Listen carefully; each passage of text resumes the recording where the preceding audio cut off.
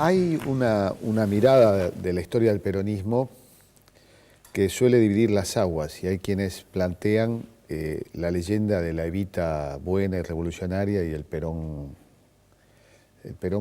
en todo caso, no digo malo, pero sí más vacilante, menos... ¿Cuál es tu versión? ¿Existe para vos una diferencia? Obviamente hay una diferencia, pero un antagonismo entre Perón y Evita, como de pronto se insinúa, por ejemplo, en la película de Sanso. Yo la verdad que no siento, cuando he leído y he estudiado a la figura de Evita y de Perón y el primer peronismo, ¿no? Esa gran revolución social en paz que tuvo la Argentina, que incorporó a millones de personas a derechos básicos que no tenían y a protagonismo pleno de ciudadanía, de ejercicio de ciudadanía. La verdad que no creo en esas divisiones, me parece que es más una mirada de afuera, me parece que había un complemento y una sinergia muy importante entre los dos, que por supuesto que eran personalidades opuestas, distintas, pero que se complementaban y se acompañaban en todo y que los unía un profundo amor. Me parece de alguna manera que en la película que vos escribiste y que Paula filmó, eso se refleja muy bien. Yo escribí, ¿no?, la novela, pero se escucha Paula que yo escribí la película. Perdón, todo. Soy yo, Paula, no es él. Yo escribí la novela. La novela, que es maravillosa, y ella escribió el guión y la película, y que realmente creo que se refleja un poco esa ternura y ese amor que los unía, que era un amor cierto, que era un amor muy especial y único, y que después los encontró en situaciones de la vida muy difíciles. Ustedes reflejan la primera etapa, pero luego eso se va transformando y es atravesado por el poder, y es atravesado por una época donde el poder también tenía una connotación mucho más fuerte que el de hoy, ¿no? Era un poder donde los medios de comunicación no tenían el protagonismo de poder que hoy tienen. Sin embargo, se encontraban otras lógicas de comunicación y se experimentaban lógicas nuevas para transmitir la revolución. Y ellos eran los protagonistas de esto, ¿no?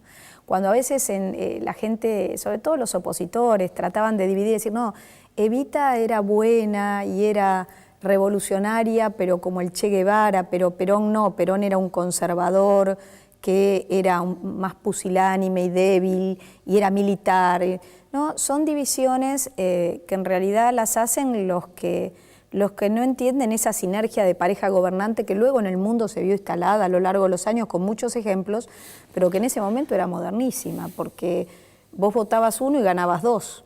Eso después lo hemos visto en la historia argentina y en la historia mundial muchas veces, pero acá se hizo en una época donde la mujer no tenía ninguna oportunidad. Esto es importante situarse en esa época, ¿no?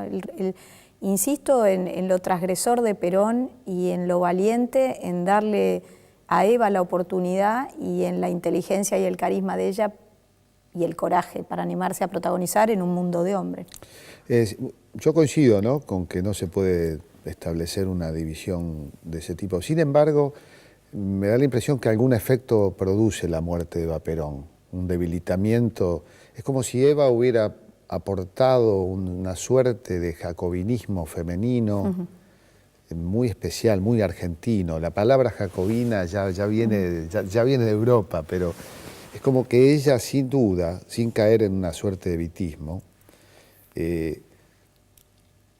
le daba esa energía, esa vitalidad que entra luego y que además actuaba dentro del movimiento también. Ella también era temible, ¿no?, porque cuando a alguien le caía mal, sí, le caía era mal implacable. y hasta se puede haber equivocado más de una vez, ¿no? Sin dudarlo, yo creo que, mira, ella era absolutamente pasional y era muy inteligente.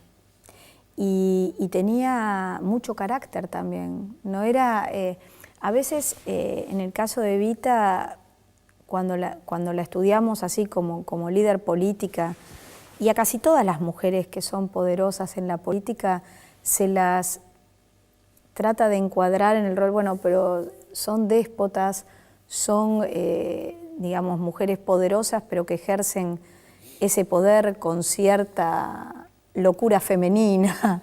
La verdad que sí, ella era todo eso, pero también era la mujer de la eterna ternura, de la simpatía popular y el humor popular que ella reflejaba con sus chistes cotidianos, y la que le aportaba cierta sensibilidad y cierta descontractura al gobierno por su procedencia popular y artística, y por ser pueblo, ¿no? Me parece que ella rompía el molde tradicional de los gobernantes argentinos, y eso es lo que cuando ella muere empieza a sentirse en el gobierno, ¿no? Esa ausencia de ese condimento central que era la lógica popular incorporada al poder, la indignación frente a la injusticia, las ganas de cambiarlo todo rápido porque el tiempo no alcanzaba, esa picardía, ese humor, esa ternura, ese abrazo, esa mano tendida, ¿no?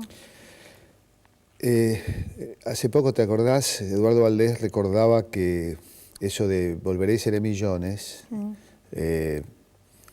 está en un poema de José María Castiñeira de Dios, ¿no? Y que es además, lo trae a colación, o sea que no lo dijo Eva, pero Eva yo creo que ha vuelto, y no solo millones, me parece que también ha vuelto en un puñado de mujeres, y creo que vos expresás ese puñado de mujeres. Vos naciste muchos años después que ella, pero seguramente debes tener algún diálogo con ella, alguna suerte, o te gustaría tenerlo. ¿Qué le contarías a Eva? ¿Cómo le dirías lo que vos haces hoy?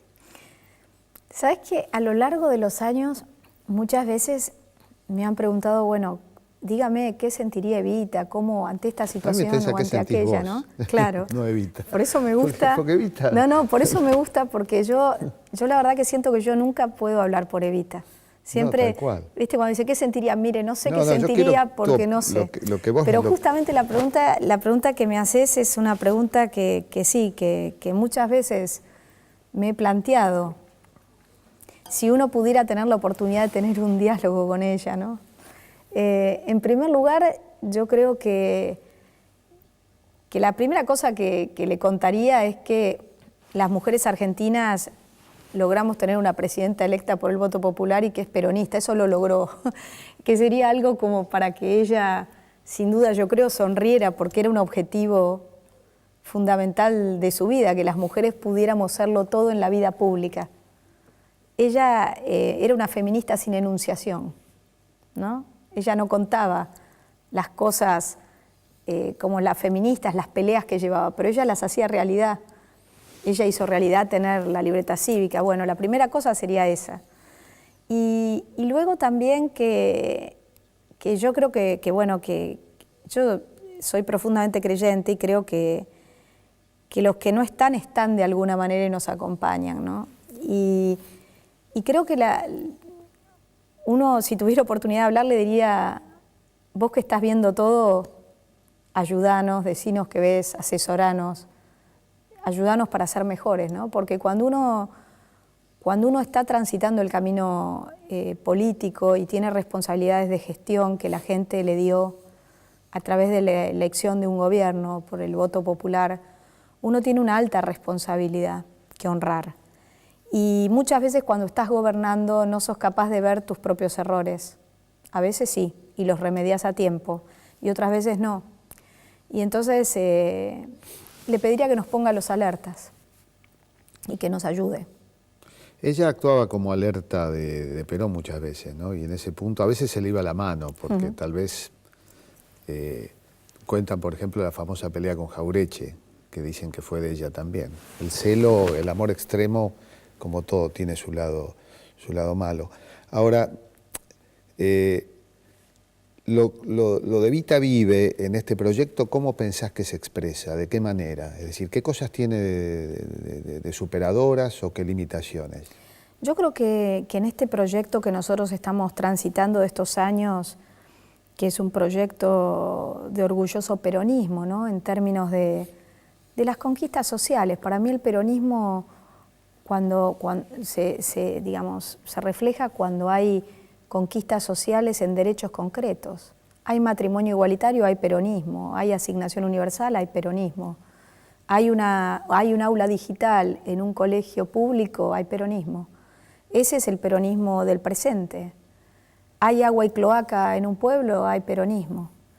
Y al mismo tiempo, con la jubilación del ama de casa, los 2,5 millones de jubilados, hay trabajo, que es el ordenador social, hay peronismo, ¿no? Entonces ahí es donde se refleja. ¿Pensás que hay cosas que se repiten también? Porque lo que caracterizó aquel periodo, y Eva lo catalizó sin duda, fue esa combinación de amor intenso, único, con odio, ese odio que llevó a escribir en las paredes "Viva el cáncer", ¿no? Y no hace mucho alguien escribió "Viva el infarto" también. Esta inversión de roles, además, que se ha dado, lo que sería aquel matrimonio con el matrimonio de los Kirchner. Bueno, eso es la locura, digo. Yo creo que nadie en su sano juicio puede festejar ni la enfermedad ni la muerte de otro, ¿no? Me parece que menos cuando ese otro, más allá de que pueda pensar diferente, es una persona que ha sido electa y que es amada por millones, ¿no? Me parece que eso es parte de la locura, de la maldad. Yo siempre siento que es mejor la construcción y ir por la positiva, ¿no? Y que todos aquellos que tienen esos sentimientos, en vez de volcarlos en un muro o en una pintada, pudieran volcarlos en una propuesta para que la gente los elija y conduzcan los destinos de la nación y sigan haciendo los grandes cambios que se iniciaron. Yo creo que nosotros como gobierno, sin dudarlo, hemos cometido también muchos errores y tenemos todavía muchas falencias que las vemos a diario y cosas pendientes en muchas materias, pero que lo importante es la conciencia sobre eso. El peronismo es por definición disconforme, no es el movimiento de los que están llenos, es el movimiento de los que ven el vaso y dicen, me falta completar todo esto de agua, ¿no? No es el agua que me queda, sino es la que me falta. Eso es el peronismo. Una de las características del peronismo es su diversidad, porque hoy de pronto uno desconfía cuando escucha decir soy peronista a determinadas personas que se alían, que son aliados estratégicos, por ejemplo el macrismo, ¿no? Macri hace poco acaba de decir que los males de la Argentina vienen de los gobiernos peronistas. Y de pronto hay peronistas aliados de Macri. O sea, ¿cuál es el límite para ser o no ser peronistas desde tu punto de vista? Bueno, una vez lo escuché a Néstor Kirchner decir una frase que en su momento a mí me conmovió mucho, que decía que el peronismo dejaba de ser el partido del éxito para pasar a ser el partido de las convicciones. Y a mí me conmovió mucho en su momento, pero después en la práctica uno empieza a ver que también es el partido del éxito porque es el partido de las mayorías, sin dudarlo. Y que cuando hay que votar los cargos ejecutivos, más allá de que hemos tenido en las legislativas experiencias donde el pueblo no nos acompañó y eso nos sirvió para despertar y para hacer una propuesta superadora, en todas las ejecutivas sí, el pueblo nos acompaña porque tiene la plena conciencia de lo que hemos logrado hacer y de lo que nos falta y de lo que vamos a hacer en la próxima etapa. Sí creo que nosotros tenemos en este momento una responsabilidad única.